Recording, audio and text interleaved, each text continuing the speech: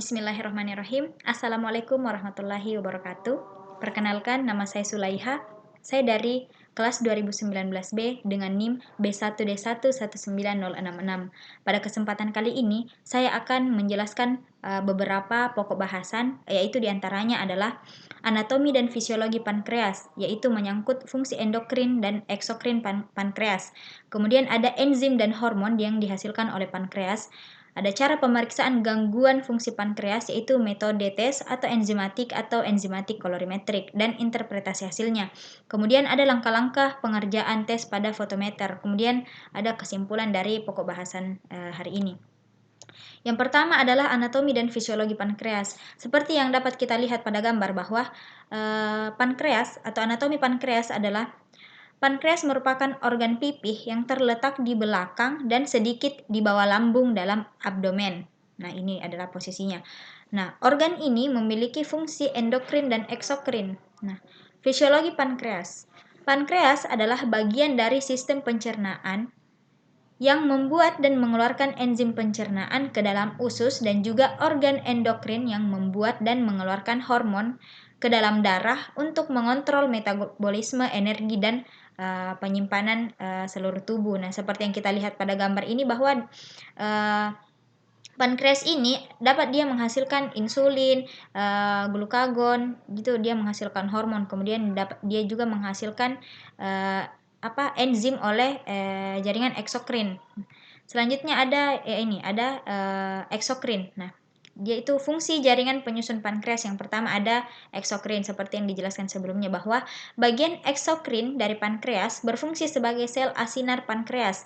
Dia memproduksi cairan pankreas yang disekresikan melalui duktus pankreas ke dalam usus halus, di mana pankreas terdiri dari dua jaringan utama, yaitu asini getah pencernaan ke dalam duodenum dan ada pulau Langerhans yang mengeluarkan sekretnya keluar dan disekresi ke darah. Nah, fungsi eksokrin adalah menghasilkan enzim pencernaan. Jadi fungsinya itu menghasilkan enzim pencernaan.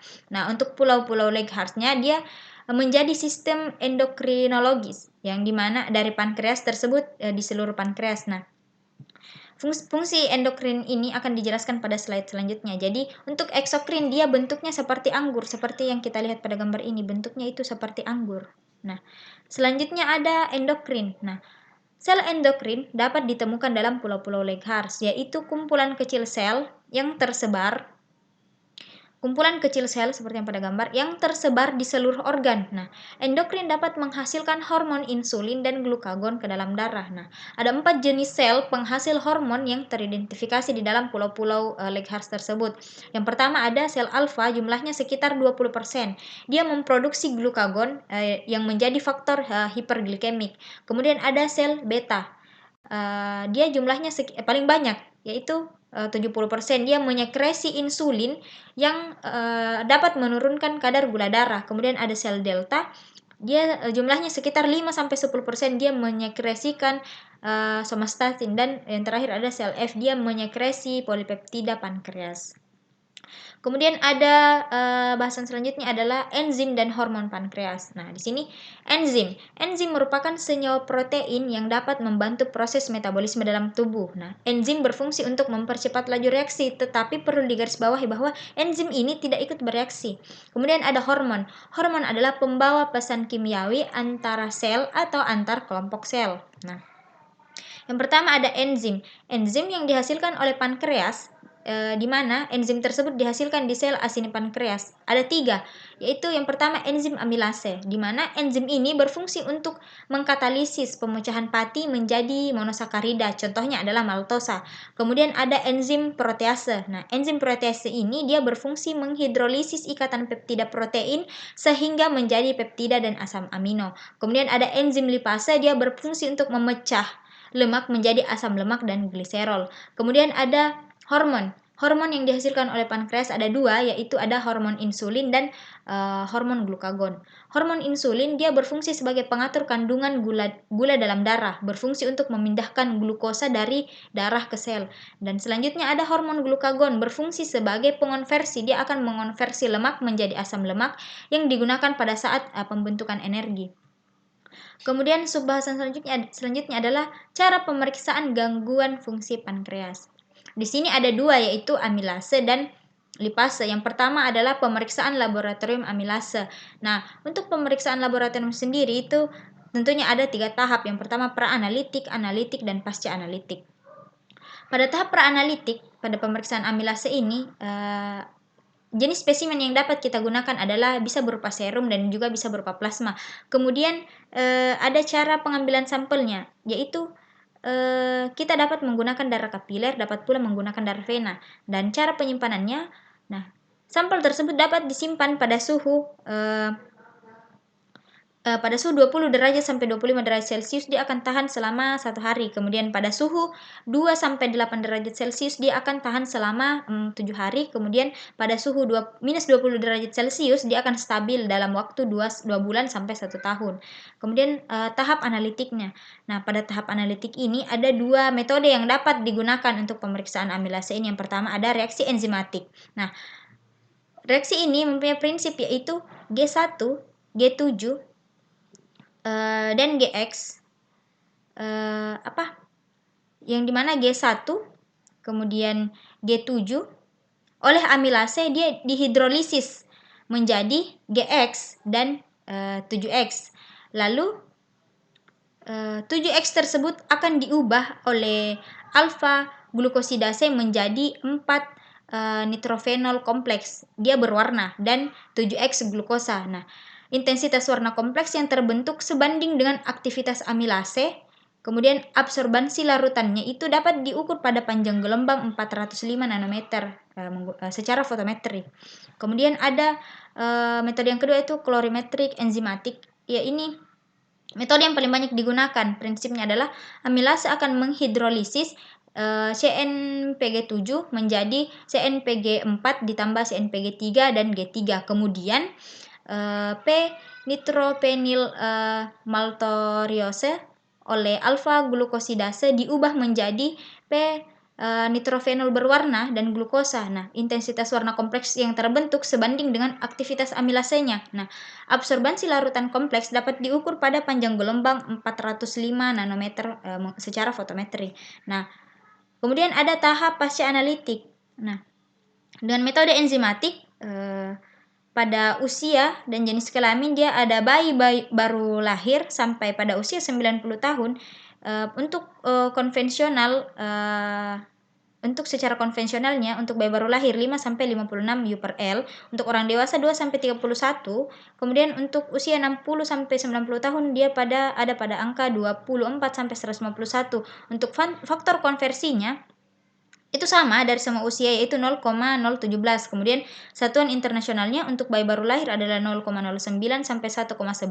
Kemudian untuk dewasa 0,46 sampai 2,23 dan untuk usia 60 sampai 90 tahun dia ada pada rentan angka 0,41 sampai 2,57.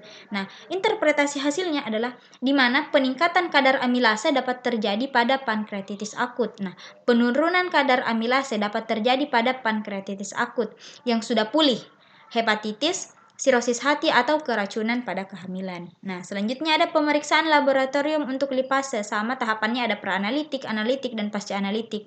Pada tahap pra-analitik dapat digunakan spesimen berupa serum atau plasma heparin. Kemudian sampel yang digunakan itu dapat berupa darah kapiler atau darah vena. Kemudian penyimpanannya pada suhu 20 sampai 25 derajat Celcius dia akan bertahan selama 1 hari. Pada suhu 2 sampai 8 derajat Celcius akan stabil pada 7 hari. Suhu minus 20 derajat Celcius akan stabil atau bertahan pada waktu 2 bulan sampai 1 tahun, dan suhu minus 70 derajat Celcius dia akan stabil selama 3 tahun. Nah, untuk tahap analitiknya ada 2 metode yaitu kolorimetrik enzimatik dan kolorimetrik kinetik. Prinsip dari metode kolorimetrik enzimatik adalah di mana substrat oleh lipase dihidrolisis dan akan menghasilkan grup sulfidril. Lalu sulfidril direaksikan dengan sulfidril kromogenik, kemudian akan menghasilkan senyawa kompleks berwarna yang absorbansi larutan tersebut dapat diukur pada panjang gelombang yaitu 340 nanometer secara fotometri. Kemudian metode yang kedua sama halnya itu dapat digunakan, dia itu paling sering digunakan. Di mana metode ini kolorimetrik kinetik ini dia paling banyak digunakan. Prinsipnya adalah lipase menghidrolisis substrat menghidrolisis substrat menjadi apa 1,2 O gliserol dan glutarik asid ester. Kemudian glutarik asid tersebut dalam suasana basah mengalami dekomposisi spontan. Dia akan membentuk glutarik asid dan dia akan membentuk metil resorfin yang dimana warna kompleks ungu kebiruan. Dia akan menghasilkan warna kompleks ungu kebiruan. Absorbansi larutan tersebut dapat diukur pada panjang gelombang 580 nanometer secara fotometri. Kemudian ada tahap pasca analitiknya. Nilai rujukannya untuk pemeriksaan lipase adalah 10 sampai 140 U/L. Untuk interpretasi hasilnya adalah peningkatan kadar lipase dapat terjadi pada pankreatitis, kemudian ada pada obstruksi saluran pankreas, kolesterol akut, sirosis, penyakit ginjal yang parah, dan penyakit radang usus. Pada pankreatitis, serum lipase akan meningkat. Peningkatan terjadi setelah 36 jam dari onset. Nah, lipase dapat meningkat ketika kadar amilase dalam keadaan normal. Lipase bertahan lebih lama dalam serum dibandingkan amilase pada pasien pankreatitis. Nah, untuk nilai kritisnya sendiri dia lebih dari 500. Nah, tadi disebut-sebut pada pemeriksaan laboratorium itu secara fotometer. Nah, cara fotometer ini, pemeriksaan amilase dengan fotometer ini, saya akan jelaskan pemeriksaan salah satunya adalah amilase dengan fotometer. Nah, langkah pertama yang dapat kita lakukan adalah melakukan prosedur kerja sesuai dengan brosur pemeriksaan, yang dimana setiap instrumen yang ada di laboratorium mempunyai cara kerja atau petunjuknya masing-masing. Oleh karena itu, kita harus mengacu pada brosur atau petunjuk kerja tersebut. Kemudian di mana alat tersebut dinyalakan alat fotometer tersebut. Kemudian dipipet reagen amilase ke dalam tabung, kemudian disusul dipipet dengan serum atau sampel yang digunakan ke dalam tabung yang sama yang berisi reagen amilase, kemudian dihomogenkan. Setelah dihomogenkan, maka sampel tersebut dimasukkanlah ke dalam instrumen. Nah, untuk memasukkannya dia itu melalui selang. Pada gambar ini ada selang, di sini ada selang. Nah, sampel tersebut dimasukkan ke dalam selang tersebut. Nah, kemudian untuk waktu yang telah ditentukan, maka alat tersebut akan melakukan pembacaan secara otomatis. Maka akan muncul hasil yang kita inginkan, hasil pemeriksaan yang kita inginkan pada monitor ini. Nah, kemudian nilai rujukannya adalah 30 sampai 100 U/L. Jadi dari materi ini dapat saya simpulkan bahwa pankreas adalah organ dalam tubuh yang menghasilkan enzim dan hormon untuk membantu kelancaran metabolisme dalam tubuh, yang dimana enzim dan hormon yang dihasilkan tersebut dihasilkan oleh jaringan eksokrin dan endokrin, dimana fungsi enzim yang dihasilkan pankreas dapat diperiksa dengan metode enzimatik dan klorimetri dengan menggunakan instrumen atau alat fotometer. Nah, mungkin itu saja materi yang dapat saya sampaikan pada kesempatan kali ini. Pada pemaparan ini banyak sekali kekurangan. Oleh karena itu, jika ada kekurangan dan kelebihan dalam pemaparan materi ini, saya mohon maaf. Kurang dan lebihnya mohon dimaafkan. Wabillahi taufiq wal hidayah. Wassalamualaikum warahmatullahi wabarakatuh.